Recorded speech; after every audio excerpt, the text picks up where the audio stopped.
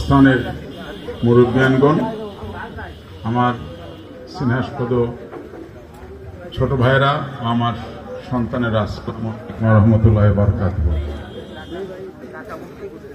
আমি আজকে আপনাদের সামনে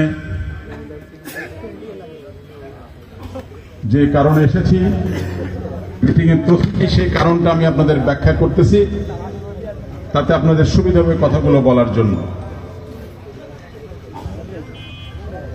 আমি এই নিজের সন্তান হিসেবে 1986 সালে, আমার মুরব্বীরা আজকে অনেকেই নেই, আমার দাদা শাহরুখ খান, সরওয়ারজান খান,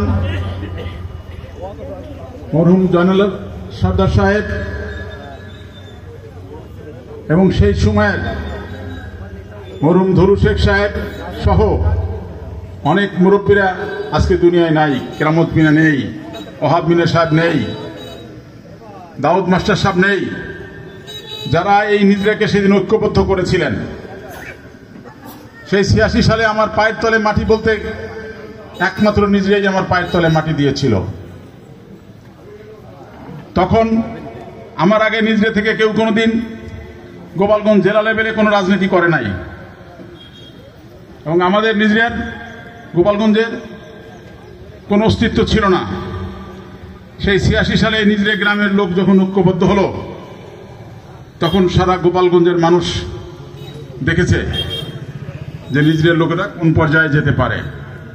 আজকে অনেক দিন পরে আমার সেই মুরব্বীরা নেই, আমরা সবাই তাদের মাগফিরাত কামনা করি, আল্লাহ তাদেরকে সবাইকে জান্নাতবাসী বানাক।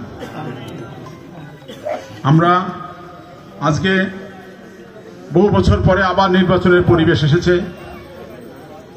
আমি নির্বাচন করব নিয়ত করেছি। সর্বপ্রথম আজকে আমার বড় ভাই ডক্টর খান সাহেব অ্যাকচুয়ালি মিটিংটা অর্গানাইজ করেছিলেন, ওনার আসার কথা ছিল, উনি জরুরি কাজের জন্য উনি আসতে পারেন নাই। উনি আপনাদের সাথে কথা বলতেন। সেই কথাটাই যে যদি নিজের লোক ঐক্যবদ্ধ হয়ে 86 সালে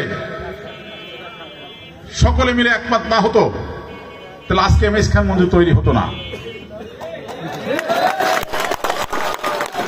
এই ইয়াং জেনারেশন সেদিন ছিল না, তারা সেই সময়ের ইয়াং জেনারেশন টোটাল নিজরা। আমি দেখেছি নিজের সবচেয়ে যে লোকটা ছোট মানুষ কিংবা দুর্বল মানুষ কিংবা গরিব মানুষ, সেও তার শ্বশুর বাড়ি কিংবা জামাই বাড়ি ভোটের জন্য গেছে। এবং আমি এর আগে গোপালগঞ্জের সব ইউনিয়ন নাম জানতাম না, সব গ্রামে আমি যাইনি তার আগে, 86 আগে। কিন্তু সেই 86-তে আমরা বঙ্গবন্ধুর পরিবারের লোক শেখ সেলিম সাহেবকে আমরা নির্বাচনে ভোটে কিন্তু হারাই দিয়েছিলাম। যেহেতু জাতীয় পার্টির সাথে আওয়ামী লীগের একটা জয়েন্ট আন্ডারস্ট্যান্ডিং ছিল, এই সিটটা তাই ছেড়ে দিতে হয়েছিল। বিনিময়ে আপনারা জানেন এরশাদ সাহেব আমাকে প্রতিমন্ত্রীর মর্যাদা দিয়ে জেলা চেয়ারম্যান করেছিলেন এবং তার সচিব তার প্রাইভেট সেক্রেটারি করেছিলেন আমাকে। এই সিটটা প্র্যাকটিক্যালি কয়েকদিন আগে জনাব শেখ সেলিম সাহেব একটা ইন্টারভিউ দিয়েছে, ইউটিউবে আসছে, তিনিও স্বীকার করেছেন যে আমার একটা নির্বাচনী এমএস খান মঞ্জুর সাথে প্রতিদ্বন্দ্বিতা করতে হয়েছিল। এই যে আমার এই শক্তিটা আমার দলের শক্তি ছিল না, শক্তিটা ছিল নিজরা গ্রামের লোকের শক্তি।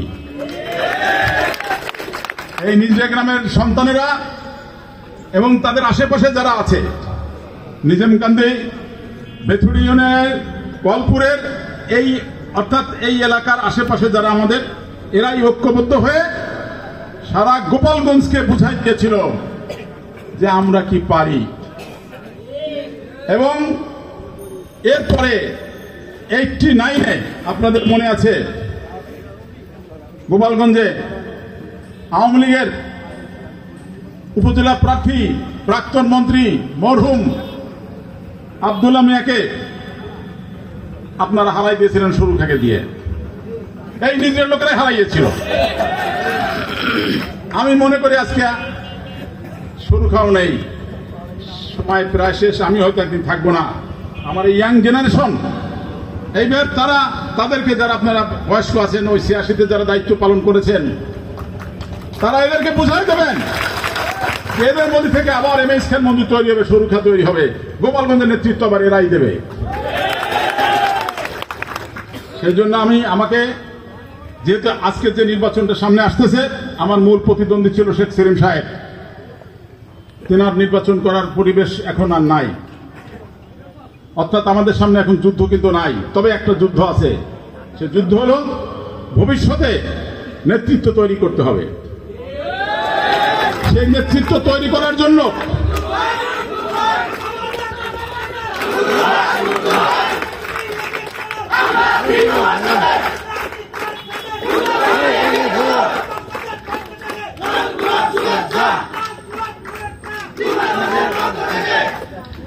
সেই প্রয়োজনে আমি সর্বপ্রথম মনে করেছি এবং আমার বড় ভাই ডক্টর খান আমরা দুজন পরামর্শ করেছি যে প্রথম আমাদের সেই নিজের লোকদের কাছে যেতে হবে, সবাইকে ঐক্যবদ্ধ করতে হবে।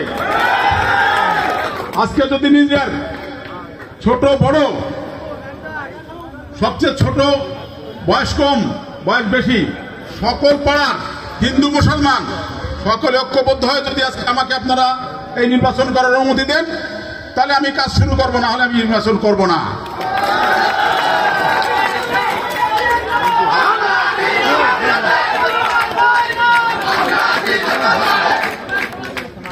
তাই আজকে আমি এই মিটিংয়ে সাবজেক্টটা বললাম, আপনারা মুরব্বীরা আছেন, ওনারা কয়েকজন আলোচনা করবেন। বিষয়টা ছোট্ট, যে আমি নির্বাচনের কর্মকাণ্ড শুরু করব। প্রথম টোটাল নিজের হিন্দু মুসলমান সকলে মিলে বলবে A to Z যে আমরা তোমার সাথে আছি, তুমি আমাদের প্রার্থী, তুমি নির্বাচনের জন্য প্রস্তুতি নাও। তাহলে আমি নির্বাচনের জন্য প্রস্তুতি নেব এবং আমার দলের নমিনেশন নেব এবং আমি দল থেকে নির্বাচন করব। আর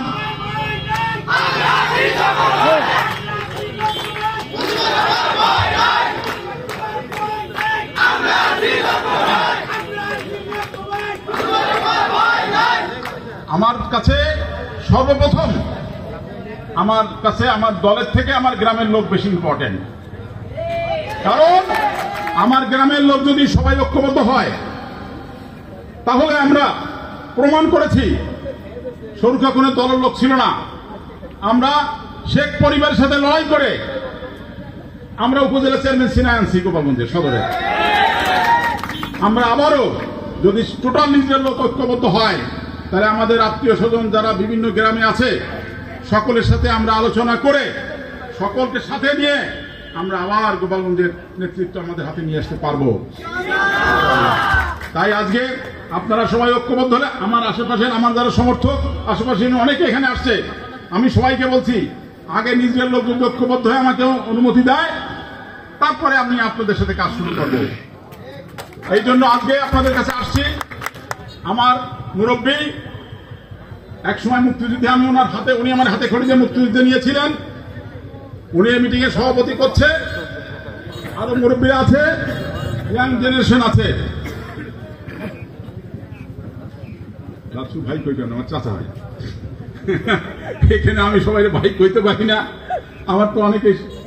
যাই হোক, আপনারা সকলে এখানে আছেন, আপনারা এখানে আলোচনা করবেন এবং আপনারা সবাই ঐক্যমত হয়ে আমাকে অনুমতি দেবেন।